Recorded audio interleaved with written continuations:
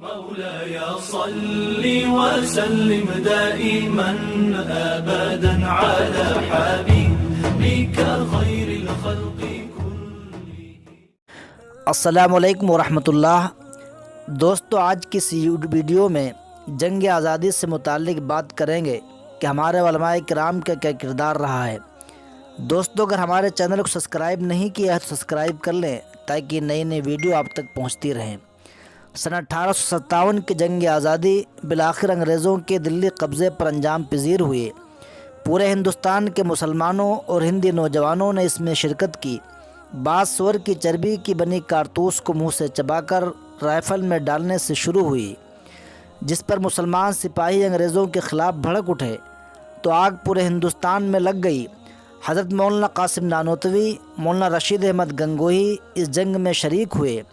شروع میں مسلمان مجاہدین کا پلڑا بھاری رہا، لیکن اچانک سپہ سالار کی شہادت اور دلی کے آخری بادشاہ شاہ ظفر کی گرفتاری کی خبر کے ساتھ ہی مجاہدین کے حوصلے جواب دے گئے۔ مجاہدین میں سے مولانا قاسم اور مولانا رشید احمد گنگوہی اور حاجی امداد اللہ صاحب کے وارنٹ گرفتاری جاری ہو چکے تھے۔ حضرت حاجی صاحب ان حالات میں مکہ مکرمہ ہجرت کر گئے اور مولانا قاسم نانوتوی مقامات تبدیل کرتے رہے اور بچ گئے۔ مولانا رشید احمد گنگوہی گرفتار ہوئے، مقدمہ چلا، لیکن اللہ کے فضل سے بغیر کسی سزا کے رہا ہو کر آ گئے۔ لیکن آہستہ آہستہ حالات معمول پر آ گئے اور ان مسلمانوں کو جن کے آباء اس آفت عظیم کی وجہ سے جواب دے گئے تھے سنبھلنے کا موقع ملا۔ دیوبند کے علاقے کے دو بزرگ مولانا رفیع الدین اور حاجی عابد صاحب جو چھتہ کی مسجد میں قیام پذیر تھے اور وہاں کے عوام میں کافی مقبول تھے، مولانا قاسم سے خاص تعلق رکھتے تھے۔ انہوں نے تجویز کیا کہ ایک مدرسہ قائم کرنا چاہیے۔ اس سلسلے میں مولانا قاسم سے رابطہ قائم کیا گیا، جو اس وقت میرٹھ میں تھے۔ انہوں نے بھی یہ سوچ کر کے سرگرمی دکھائی کہ مسلمانوں کو دینی زندگی سے منحرف کیا جا رہا ہے، دینی تعلیم و تدریس میں اجتہاد کر کے ایسا مرکز وجود میں لایا جائے۔ مسلمانوں میں یہ احساس تھا کہ دنیا تو ہاتھ سے گئی، دین بھی نہ چلا جائے۔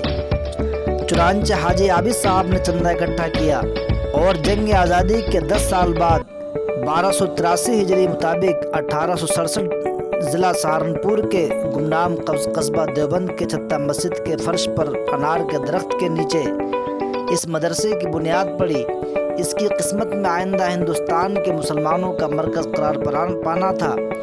پہلے شاگرد بھی محمود یعنی محمود الحسن اور پہلے استاد بھی محمود یعنی علامہ محمود صاحب دیوبندی تھے۔ حاجی صاحب کو خبر ملی تو بہت خوش ہوئے، تو فرمایا یہ مدرسہ یعنی دارالعلوم دیوبند انہی سحر گاؤں اور دعاؤں کا ثمرہ ہے، اور مسجد چھتہ کے احاطے میں افتتاح پذیر ہونے کے بعد اس مدرسے میں ایسی دین دگنی رات چوگنی ترقی دیکھنے میں آئی کہ مغربی پنجاب اور کابل اور مشرق میں بنارس تک کے طلباء پہلی ہی سال اس کے طالب علم بن چکے تھے، اور کچھ ہی عرصے میں بہت سے مدرسوں نے اس سے الحاق کر لیا تھا۔ مولانا قاسم نانوتوی اس کے سرپرست اعلیٰ بن گئے اور یہیں کے ہو رہے، اور آنے والے دنوں میں دارالعلوم نے ایسی ترقی کی جو ہندوستان میں مسلمانوں کی کسی اور درسگاہ کو حاصل نہ ہو سکی۔ مولانا قاسم نانوتوی، رشید احمد گنگوہی اور شیخ محمود الحسن ایسے بڑے بڑے نام یہاں سے وابستہ ہیں جن پر دیوبند کا بجا طور پر فخر کر سکتا ہے۔